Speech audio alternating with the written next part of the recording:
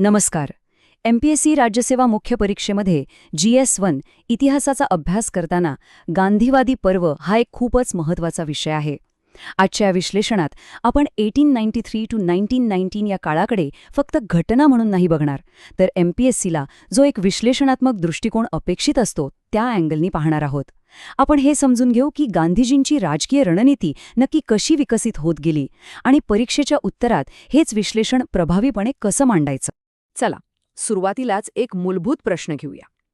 गांधीजींचा भारतीय राजकारणातला प्रवेश ही काही अचानक झालेली क्रांती होती की दक्षिण आफ्रिकेपासून सुरू झालेल्या विचारपूर्वक प्रयोगांची एक उत्क्रांती होती? बघा, हा प्रश्न आपल्याला केवळ माहिती विचारत नाहीये, तर तो आपलं विश्लेषण तपासतोय आणि MPSCला आपल्याकडून नेमकी हीच विश्लेषणात्मक दृष्टी हवी असते.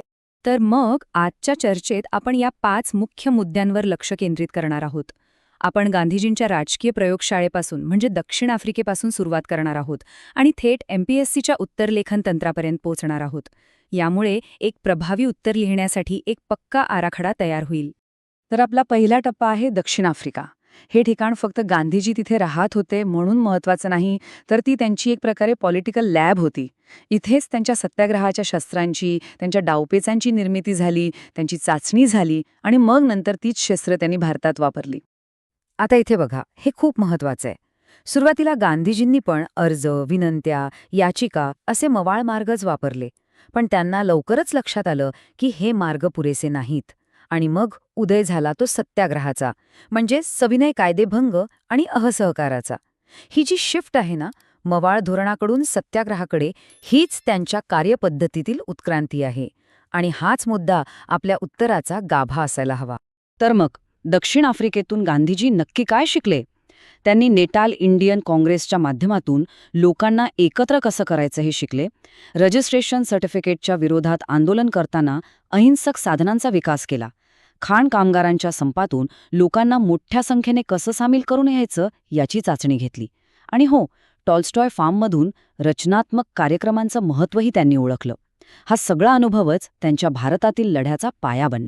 चला, आता पुढच्या टप्प्याकडे जाऊया. दक्षिण आफ्रिकेतील प्रयोग यशस्वी झाल्यावर गांधीजींनी भारतात पाऊल ठेवलं. पण त्यांनी थेट देशव्यापी आंदोलन सुरू नाही केलं. त्यांनी आधी चंपारण, अहमदाबाद आणि खेडा इथे सत्याग्रहाचे नियंत्रित छोटे प्रयोग केले. हे भविष्यातील मोठ्या आंदोलनांसाठी एक प्रकारची धोरणात्मक चाचणीच होती. हा तक्ता बघा, यातून आपल्याला या तिन्ही सत्याग्रहांमधला फरक आणि त्यातून मिळालेले धडे स्पष्ट दिसतात. चंपारणमध्ये शेतकऱ्यांचा 3 कठ्या पद्धतीचा प्रश्न होता. अहमदाबादमध्ये गिरणी कामगारांचा प्लेग बोनसचा वाद होता. आणि खेड्यामध्ये पिकांच्या नापिकीमुळे सारा माफ करण्याचा मुद्दा होता. प्रत्येक आंदोलनाने एक विशिष्ट निकाल दिला आणि गांधीजींना एक नवीन धडा शिकवला. जसे की अहमदाबादमध्ये त्यांनी पहिल्यांदाच उपोषण या अस्त्राचा यशस्वी वापर केला. आणि गंमत म्हणजे MPSCने यावर थेट प्रश्न विचारला आहे, गांधीजींच्या सुरुवातीच्या चळवळींचे स्वरूप स्पष्ट करा. याचं उत्तर लिहिताना फक्त घटनाक्रम सांगून चालणार नाही. आपल्याला हे कीवर्ड्स वापरावेच लागतील. या चळवळी प्रादेशिक होत्या, त्यांची उद्दिष्टे मर्यादित होती आणि सर्वात महत्त्वाचं म्हणजे त्या भविष्यातील मोठ्या आंदोलनांसाठी सत्याग्रहाची चाचणी होत्या.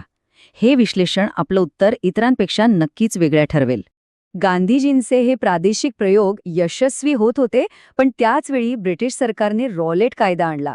हा एक असा कायदा होता ज्याने गांधीजींना त्यांचे प्रयोग प्रादेशिक पातळीवरून उचलून थेट राष्ट्रीय पातळीवर नेण्यासाठी भाग पाडलं. हा रावलेट कायदा म्हणजे नेमकं होतं तरी काय? सोप्या शब्दात सांगायचं तर हा एक काळा कायदा होता. या कायद्याने सरकारला कोणत्याही भारतीयाला कोणत्याही चौकशीशिवाय थेट तुरुंगात डांबण्याचा अमर्याद अधिकार दिला होता. साहजिकच भारतीयांनी याला आपल्या नागरी हक्कांवरचा हल्ला मानला आणि त्याला काळा कायदा असं नाव दिलं. ही टाईमलाईन आपल्याला दाखवते की घटना किती वेगाने घडत गेल्या. बघा, मार्च 1919 मध्ये कायदा पास झाला. 6 एप्रिलला गांधीजींनी देशव्यापी सत्याग्रहाची हाक दिली. 10 एप्रिलला पंजाबमधले लोकप्रिय नेते डॉक्टर किचलू आणि डॉक्टर सत्यपाल यांना अटक झाली आणि या सगळ्याचा अत्यंत दुर्दैवी शेवट झाला तो 13 एप्रिल 1919 रोजी जालियनवाला बाग हत्याकांडात. जालियनवाला बाग हत्याकांड ही केवळ एक घटना नव्हती. ते भारतीय राजकारणाला एक निर्णायक वळण देणारी घटना होती. या एका घटनेने मवाळ राजकारणाचा जवळपास अंत केला आणि खऱ्या अर्थाने जनराष्ट्रवादाची म्हणजे मास नॅशनलिझमची सुरुवात झाली. या घटनेचे परिणाम खूपच दूरगामी होते. भारतीयांचा ब्रिटिश न्यायव्यवस्थेवरचा विश्वास पूर्णपणे संपला. राष्ट्रवादी राजकारण अधिक आक्रमक, अधिक जहाल बनलं. स्वतः गांधीजींचा कल आता मर्यादित प्रयोगांवरून थेट देशव्यापी जनआंदोलनांकडे वळलं. या दुःखाच्या घटनेने संपूर्ण देशाला एकत्र आणलं आणि दुसरीकडे क्रांतिकारी चळवळींनाही एक प्रकारे बळ मिळालं. म्हणूनच 1919चं वर्ष एक पॉलिटिकल टर्निंग पॉइंट मानलं जातं. ठीक आहे, आतापर्यंत आपण सगळ्या संकल्पना व्यवस्थित समजून घेतल्या. आता या माहितीचा वापर करून परीक्षेत एक चांगलं उत्तर कसं लिहायचं यावर थोडं लक्ष देऊया. आपल्या उत्तराची सुरुवात म्हणजे इंट्रोडक्शन 2 प्रकारे करता येऊ शकतो. एक म्हणजे घटनाक्रम आधारित, जिथे आपण 1915 ते 1919चा एक आढावा देऊ. पण दुसरा आणि माझ्या मते जास्त प्रभावी मार्ग आहे तो म्हणजे संकल्पना आधारित. इथे आपण थेट गांधीवादी राजकारणाच्या उत्क्रांतीवर बोट ठेवतो. प्रयोगांपासून ते जनआंदोलनांपर्यंतचा प्रवास यावर भाष्य करतो. हा दुसरा पर्याय जास्त विश्लेषणात्मक वाटतो आणि तो आपल्याला नक्कीच जास्त गुण मिळवून देतो. आणि हे काही कीवर्ड्स आहेत जे आपल्या उत्तराची क्वालिटी वाढवतात. राजकीय उत्क्रांती, धोरणात्मक प्रयोग, जनसहभागाचा विस्तार, राजकीय वळण असे शब्द जेव्हा आपण वापरतो तेव्हा तपासणाऱ्याला कळतं की आपण फक्त माहिती पाठ नाही केलीये, तर विषयाचं सखोल विश्लेषण केलं आहे. तर आजचं हे विश्लेषण संपवण्यापूर्वी एक विचार करायला लावणारा प्रश्न. 1919 पूर्वीचा जो गांधीवादी टप्पा होता तो केवळ भविष्यातील असहकार आणि सविनय कायदेभंगासारख्या मोठ्या आंदोलनांच्या तयारीचा टप्पा होता की तो स्वतःमध्येच एक महत्त्वपूर्ण राजकीय पर्व होता, यावर नक्की विचार करा आणि आजच्या चर्चेच्या आधारे स्वतःचं एक मत तयार करण्याचा प्रयत्न करा. राज्यसेवा प्रिपरेशन करताय? आन्सर स्कोअर करायचे आहेत का?